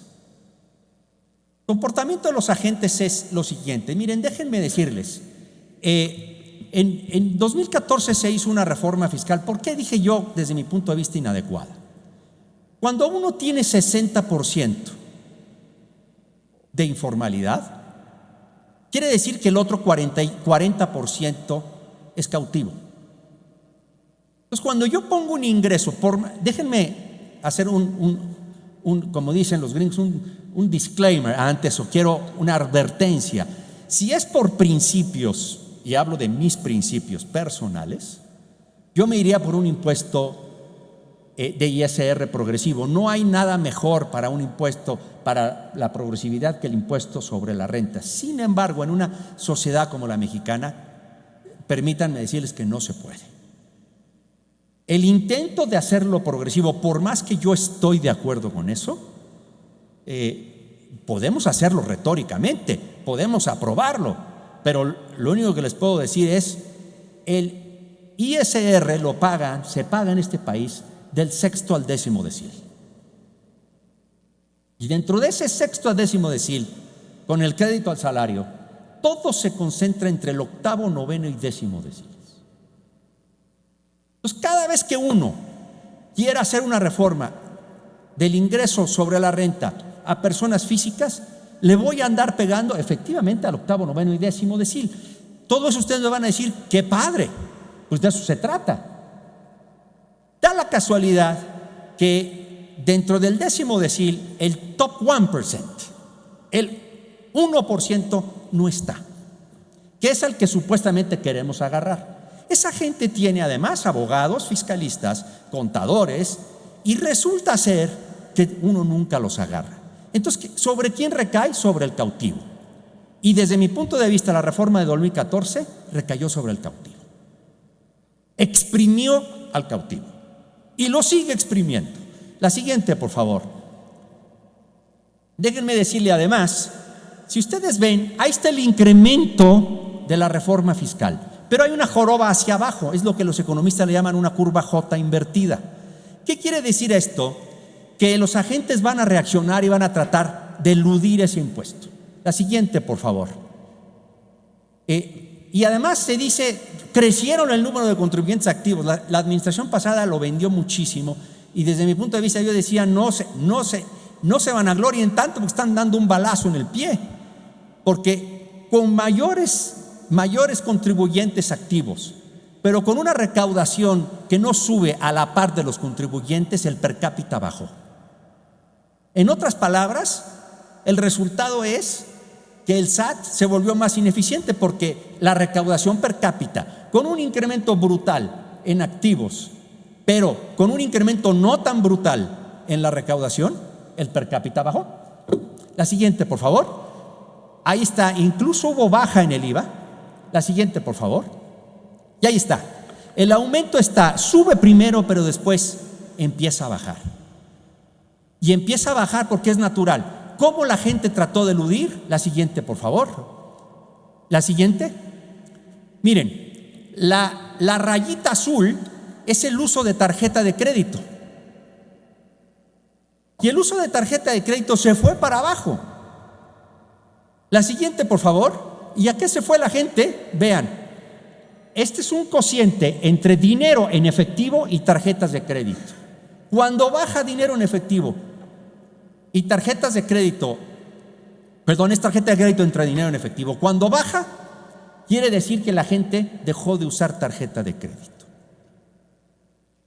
El Banco de México tuvo un incremento en la demanda de efectivo más arriba, inexplicable, por arriba del incremento de la tasa de crecimiento del país. Y esto se explicó por eludir. Entonces, la siguiente, por favor. ¿Cuáles son las opciones que tenemos? Miren, ISR personas morales, desde mi punto de vista, no es opción. No es absolutamente nada de opción. Los países, en general, todos los países están bajándola. Preguntémosle a Alemania. La siguiente, por favor. La siguiente. A ver, no. La anterior. Ahí está. Si ustedes ven Alemania, Alemania bajó del 50% a 19%. ¿Por qué? Porque Siemens se fue a grabar a Polonia. ¿Dónde graba Apple? En Irlanda. ¿Qué tuvo que hacer Trump? Bajarla a 25%. En este país la subimos, fuimos el único país que la subimos. Por eso les digo, usamos a lo mejor conceptos retóricos, pero no realidades. La globalización es la globalización. A la otra es que nos cerremos. Pero de todas maneras se van a ir. Aún así, tampoco crean que me preocupa. Uno va a decir, ¿por qué no se han ido las empresas mexicanas? Bueno, hay evidencia de que se paga alrededor de menos del 10% en tasa efectiva implícita. Entonces, bueno, esa no va. A ver, la siguiente, por favor. ISR, personas físicas. Aquí está uno de los autores, por cierto, de la tasa de evasión de personas físicas no asalariadas. 77% de evasión, y aquí está el autor, y es tasa oficial del SAT. Está en la página del SAT. ¿Vamos a ir sobre ellos? A ver, vamos a ir sobre los cautivos. La siguiente, por favor. Miren, como les decía, el 70% de la recaudación de este país la hace el 8º, 9º y 10º decil. La siguiente, por favor. El cautivo, y estoy poniendo una persona, a una familia, comparándolo en el mismo nivel de percentil que en Alemania, en el 95 percentil, para no hacerles el cuento largo, ahí está, pero ahí se las dejo. La tasa efectiva que paga una persona asalariada, que trabaja, que tiene dos hijos en edad escolar, sin cónyuge trabajando, y que gana 50,000 pesos bruto, 10º decil, tiene 57% de tasa efectiva versus 48.3% de Alemania. El problema es que son muy poquitos los que pagan eso. Es el asalariado. Entonces queremos, 57% me parece muy alto, como para querer seguir exprimiendo. Literalmente es la gallina de los huevos de oro. No están agarrando a quien se debe de agarrar. Están agarrando al que gana 50,000 pesos brutos, que tiene un cónyuge sin trabajar y que tiene 2 dependientes económicos. Entonces, mi pregunta es, ¿podemos seguir exprimiendo eso? No lo sé, yo creo que no. He oído mucho impuesto a las herencias ahorita. España no sabe cómo salirse. Estados Unidos lo ha tenido toda la vida. ¿Saben cuánto recauda? Así. ¿Y saben a quién perjudican? Al que se compró su departamento en la colonia Escandón con muchos esfuerzos. Porque el que se la compró en Las Lomas tiene un fideicomiso y así lo eluden. He oído renta imputada. La renta imputada, veo muchos muchachos, renta imputada está en la mesa, según lo he oído yo por ahí, dicen los rumores. Bueno, no sé, ahora ya cambió el secretario de Hacienda, no sé si vayan a seguir los rumores, pero renta imputada es, señores, ustedes viven en una casa propia, vamos a ponerle la colonia Escandón, tienen que estar pagando 12,000 pesos de renta, no lo pagan porque es suyo, pues esos 12,000 pesos se convertirían en ingreso y pagarían el 30%. Es difícil de administrar, muy difícil de administrar. Yo personalmente, y sé que siempre digo, bueno, sé que vengo al ojo del huracán, yo no le veo alternativa. Miren, al capital está bien, por cierto, está en 10%, si lo quieren subir al 30% creo que es excelente, pero va a ser muy poquito. Pero a mí yo no le veo otra más que el IVA. Y sé que siempre vengo aquí, lo digo, y sé por eso me dejan de invitar luego muchos años, pero casualmente siempre es el mismo problema. Y viene uno a decir lo mismo, pero con más evidencias, porque en cuanto más pasa y más hacen reformas, uno dice, pues no está tan mal. Pero la evidencia sigue siendo en un país. La siguiente, por favor. A mí me gusta mostrar la siguiente. La siguiente, por favor. ¿Quién anda por ahí manejando esa cosita que me quedan 50 segundos? La siguiente.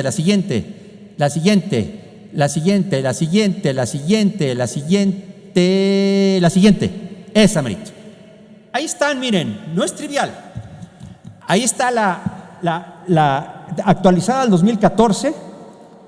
el número de trabajadores formales e informales. Les insisto, 10 millones de 42, o sea, es una cuarta parte. Las otras 3/4 partes no las estamos tomando en cuenta. En una reforma de ISR personas físicas, ellos quedan exentos. Y es que la gente cree que eso es comercio callejero. Déjenme decirles una cosa, con mi colega Andrés Amudio hicimos un cálculo. Solo de toda la informalidad, solo el 14% lo representa el comercio callejero. El otro 84% son grandes empresas, son empresas establecidas. Créanmelo. Entonces, yo personalmente creo, y me gusta mostrarla, digo, se dice mucho, pero me gusta dejarla ahí, porque creo que esta estadística es la que, insisto, no la vieron en la reforma del 2014. O sea, si este cuadro lo hubieran visto en la reforma del 2014, bueno, sí existía y estaba, pues, pero creo que no nos invitaron esa vez. Otro gallo cantaría, yo aquí la dejo. Muchas gracias.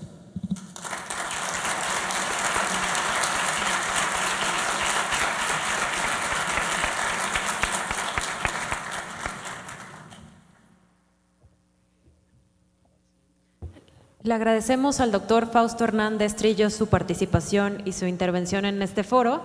Y a continuación,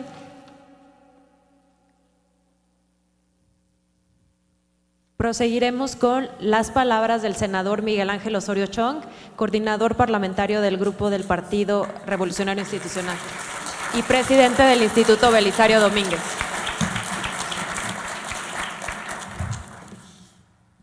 En primer lugar, muchísimas gracias a todas, a todos por su presencia.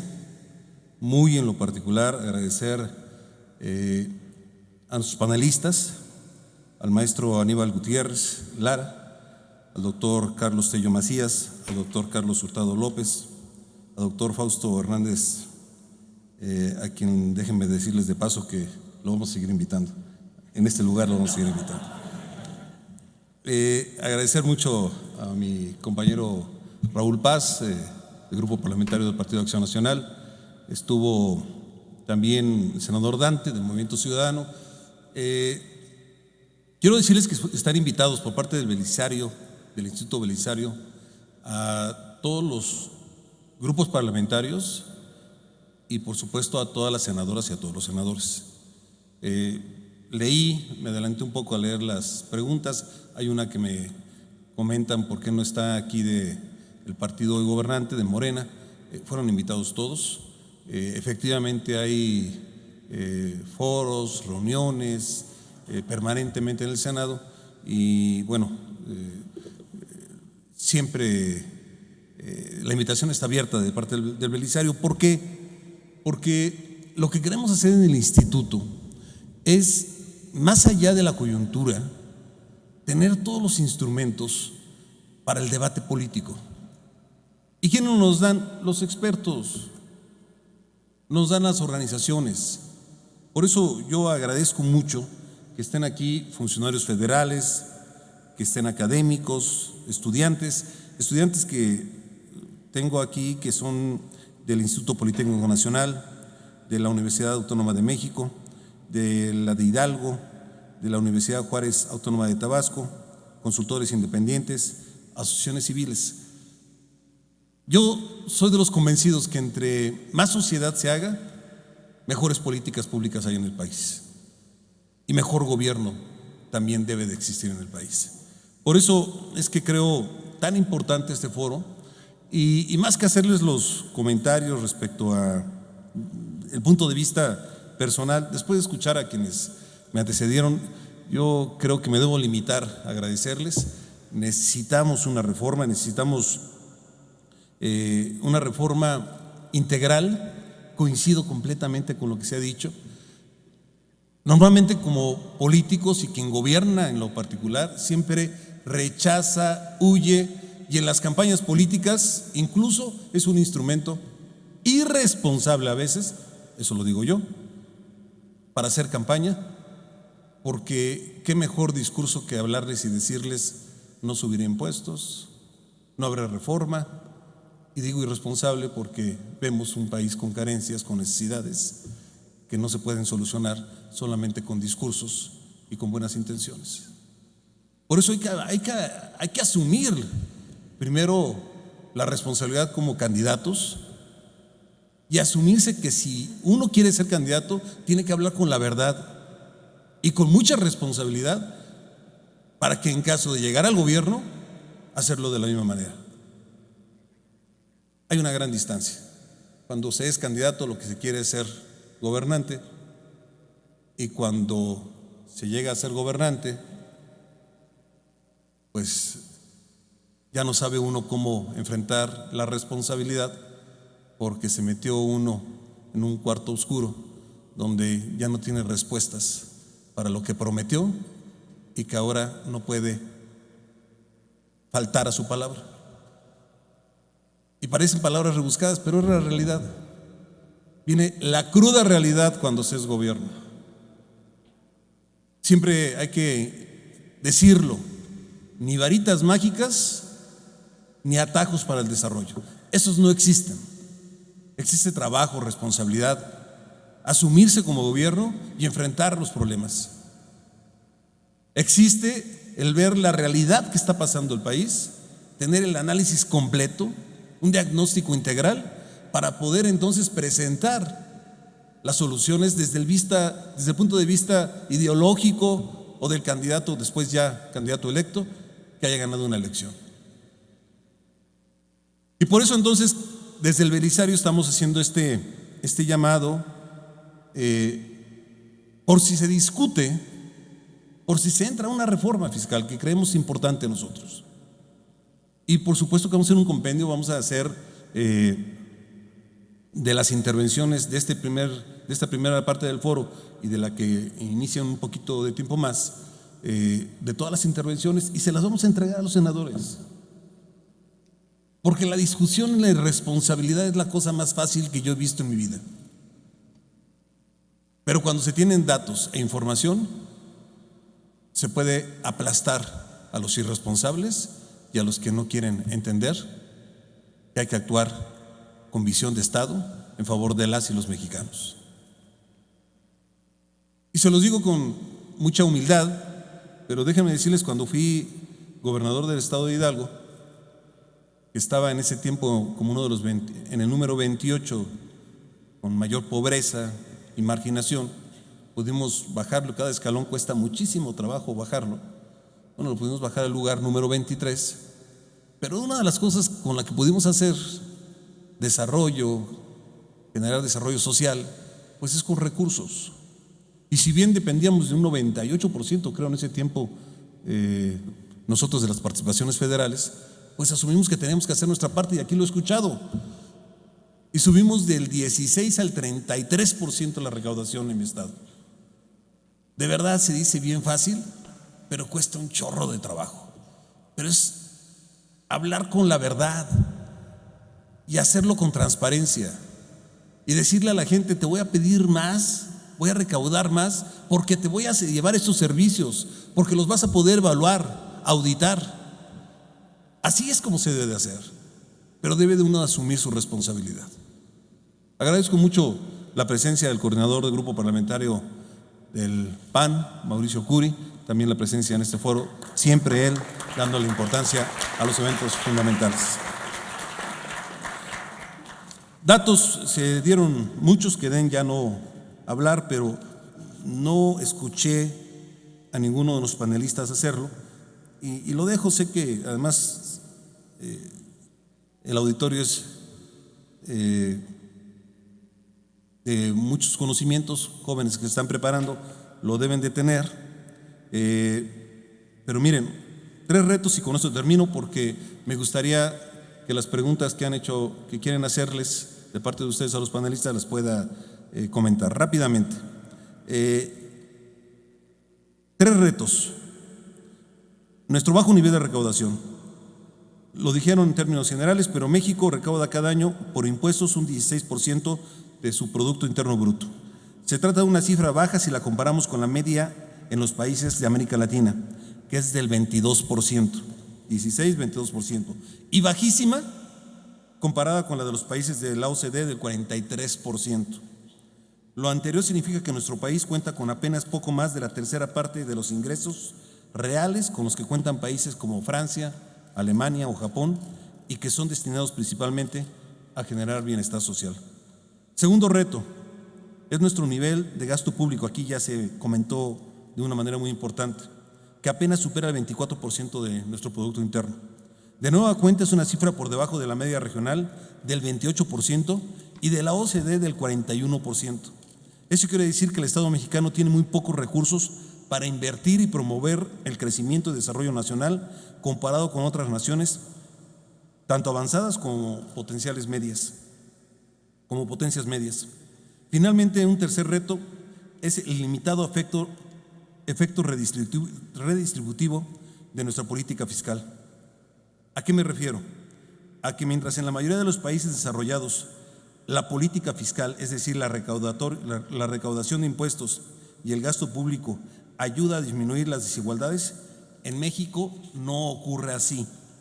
Les doy algunos ejemplos y con esto termino y paso a las preguntas.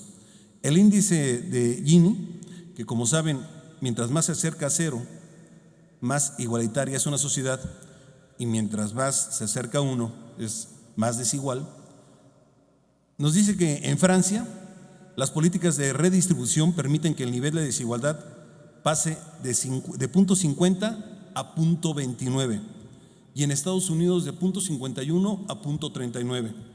Lo mismo países como Finlandia, en el que la desigualdad se reduce a la mitad, pasando de 0.50 a 0.26.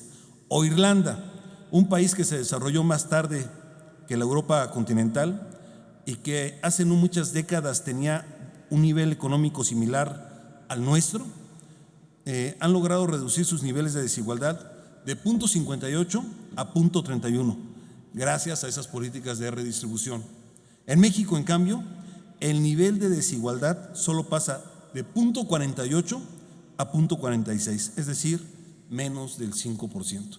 Con esto quiero decir, con estos 3 puntos, que sí tenemos que entrar a una reforma fiscal, tenemos que hacerlo con mucha responsabilidad, dejar a un lado la política para entrar en la responsabilidad que hable de que al tener recursos se auditen, se fiscalicen y se haga una buena distribución, México pueda desarrollarse de mejor manera. Yo les agradezco mucho su atención y si me lo permiten, los panelistas, les pediría lo más breve posible la contestación de algunas de las preguntas que nos pidieron les hiciéramos. Aníbal Gutiérrez Lara, de la UNAM, dice: la ley FinTech, ¿de qué forma apoyará la reforma fiscal? Pronunciarse, dije Martín Jiménez Hernández, perdón, para Aníbal Gutiérrez, disculpen ustedes. Pronunciarse al respecto, si plantea congelamiento de cuentas a partir de septiembre que entra en vigor, ¿no desincentivará al sector? ¿Quieren que se las diga todas si ustedes las apuntan? De Martín Jiménez Hernández, también del Instituto Politécnico Nacional, para Carlos Tello Macías: la ley FinTech servirá para regular la parte de la banca que menciona y quién lo deberá aplicar. Banxico, la Comisión Nacional de Valores o la COFESE, Profeco. Actualmente la banca no está regulada, es pura simulación. Para Carlos Hurtado: ¿qué proyecto actualmente trabaja para revertir la problemática fiscal planteada en el foro? De Martín Jiménez para Carlos Hurtado: ¿la ley FinTech obliga al sector público a modificar la ley de adquisiciones del sector federal? ¿O cómo interactúan ambas leyes a partir de septiembre? ¿Interactuarán ambas leyes a partir de septiembre? ¿Cómo debe insertarse la ley FinTech en la reforma fiscal? Para el doctor Carlos Tello: el libro del doctor Ortiz Mena, Desarrollo Estabilizador, Reflexiones de una época, analiza las políticas impulsadas en ese periodo. ¿Sería posible generar un nuevo crecimiento de esa magnitud en el México del siglo XXI? Para el doctor Carlos Hurtado: ¿por qué cuando usted estuvo en la Secretaría de Hacienda no se implementaron las propuestas que hace en este foro? 2. ¿Es desvío de recursos por parte de los gobernadores? ¿O ese desvío de recursos por parte de los gobernadores nos cuesta mucho a los mexicanos más pobres? De Víctor Barajas para Aníbal Gutiérrez y Carlos Tello. No coincido que la solución sea incrementar la tasa máxima del ICR a personas físicas y morales, sino mejorar la cultura contributiva y la aplicación de la ley a todos los que generen capacidad contributiva. ¿Cómo puede mejorarse la cultura contributiva y la capacidad de recaudación a todos? De Óscar Alcalá para todo el panel. ¿Cómo piensan adaptarse al cambio tecnológico para tener una recaudación efectiva? 2. ¿El gobierno está listo para atender las bajas de recaudación por despidos masivos? Para la mesa nuevamente, ¿por qué nos invitó, bueno, ya dije lo de Morena, ¿por qué nos invitó a la parte de Morena para que nos hable de su estrategia sobre el tema que nos ocupa? Y 2, ¿el crimen organizado inhibe la actividad económica en todo el país? Otra vez para todos, el comercio informal es uno de los principales problemas de evasión fiscal. ¿Qué medidas se tomarán para la recaudación de impuestos por parte de este comercio informal? Para Carlos Tello, ¿qué estrategia debe tomar el gobierno federal para aumentar el gasto público sin generar un déficit presupuestario y deuda pública y lograr aumentar el Producto Interno Bruto? Gracias a todos por sus preguntas, estamos a la espera de sus contestaciones. Gracias por su asistencia el día de hoy. Muy buenas tardes.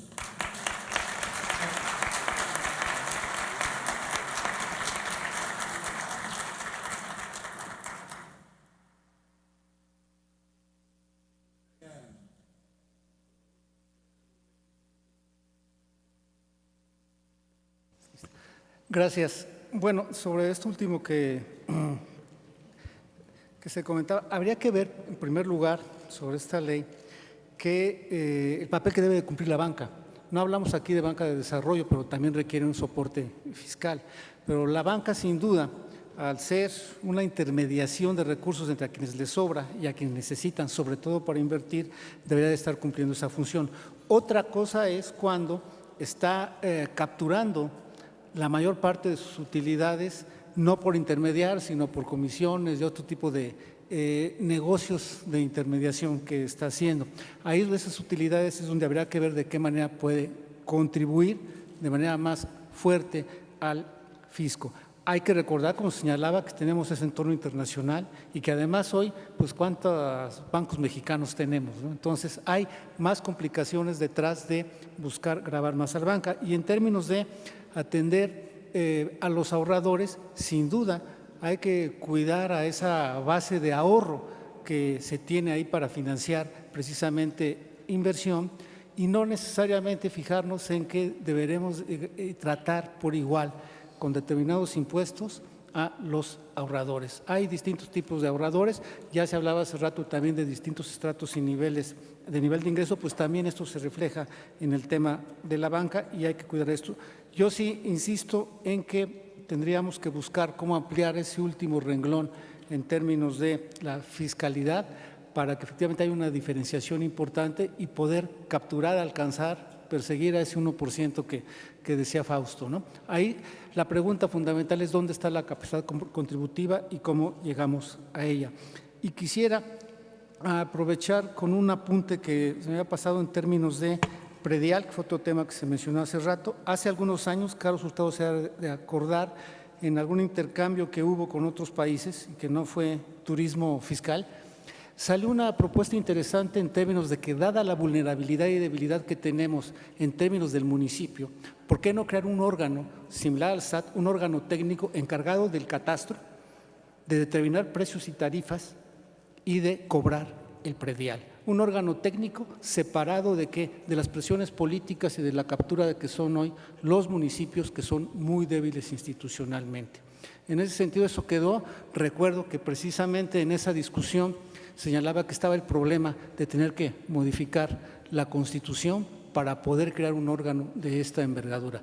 Pero ahí está esa posibilidad de un órgano técnico en esas condiciones y recuerdo que detrás de esto, senador, ahí estábamos también con el equipo de Hidalgo pensando en impulsar precisamente una fórmula en este sentido para ello. Y otro tema que tocó el senador muy importante como ejemplo de qué no debemos de hacer, eso sí, con los impuestos, es ese manejo político y tenemos la tenencia. En el momento en que políticamente se dijo desaparece, se reduce. Estado de México y Ciudad de México dejaron de recaudar cerca de 8,000 millones de pesos de un día para otro. Entonces, eso es otro de los temas que tendremos que tener cuidado. Gracias.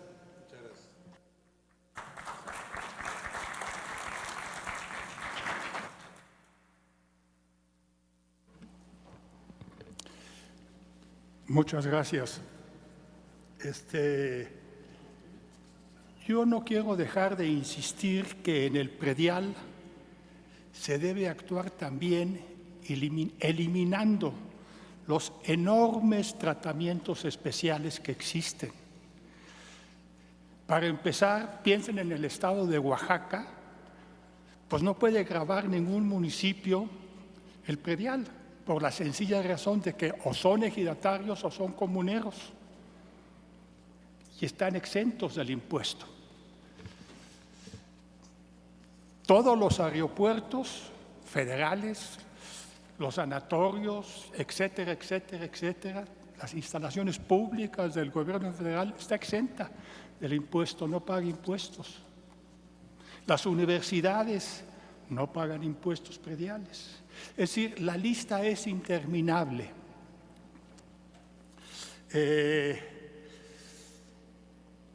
El comercio informal, yo pienso que aquí debe dividirse entre lo que es el 90 y tantos % de los informales, que apenas sobreviven, con ingresos muy reducidos y que sí pagan impuestos indirectos, con los empresarios de la informalidad. Esos ganan mucho dinero a costa del grueso de los informales, y esto sí habría que gravarles. Ahí sí que se requiera un buen sistema de fiscalización, porque las mercancías o servicios que prestan no salen de la nada. Y se podría grabar, pienso yo.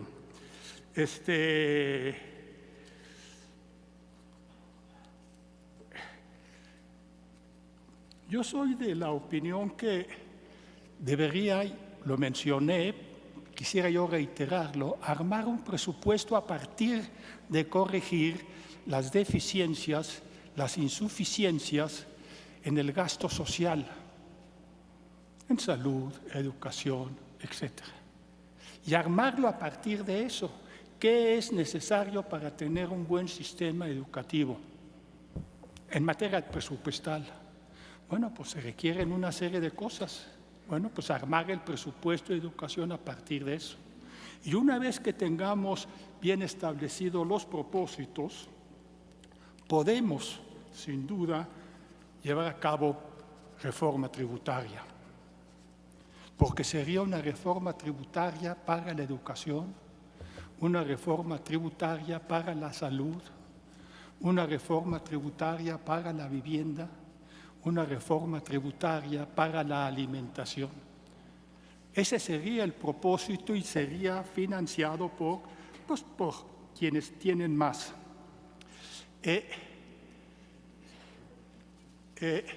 Se habla de una cultura, y con esto termino, una cultura para el pago de los impuestos. Esta se adquiere con el tiempo y con el pago de los impuestos. Y se adquiere sobre todo cuando se sabe que los impuestos en efecto están trabajando en función de un preciso objetivo. La gente paga. La gente paga cuando ve que mejora el sistema educativo, que mejora el sistema de atención a la salud. Se paga porque se requiere. En fin, creo que toqué los temas, bueno, el de la banca ya lo mencionó Aníbal. Gracias.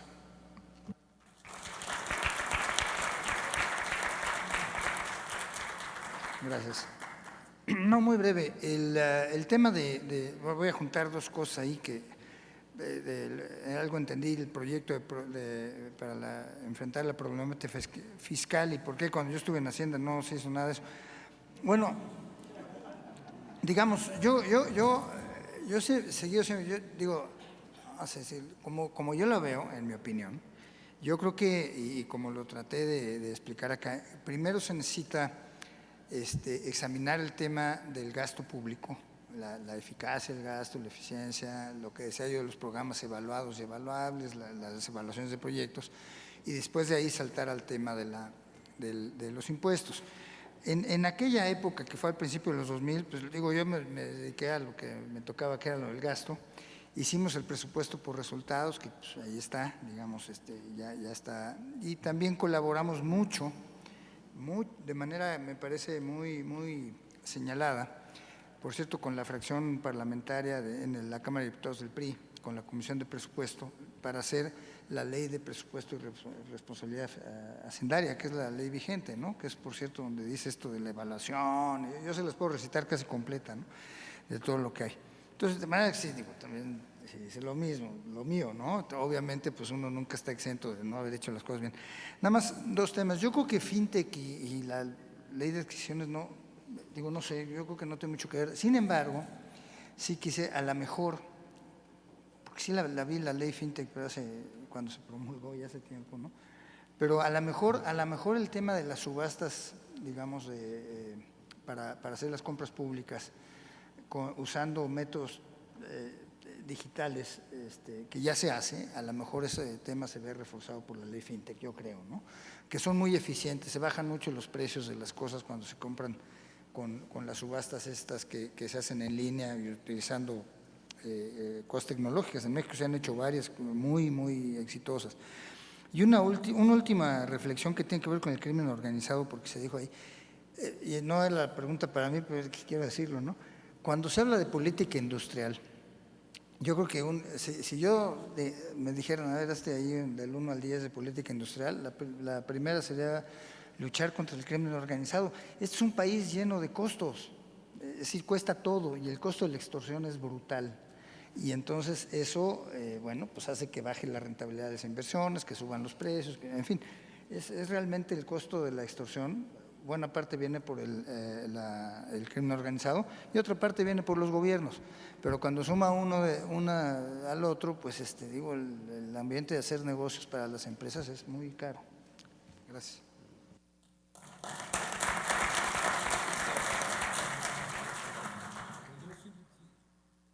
Simplemente insistir que no me van a volver a invitar, puesto que no hubo preguntas para mí. Muchas gracias.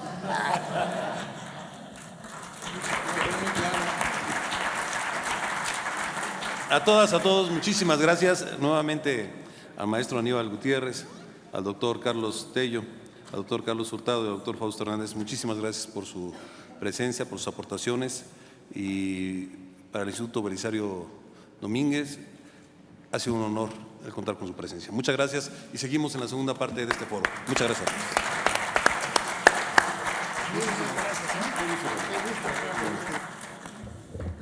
Agradecemos la presencia de todos los que nos acompañaron el día de hoy. Les solicitamos a los asistentes permanezcan en sus asientos para dar inicio a la siguiente mesa.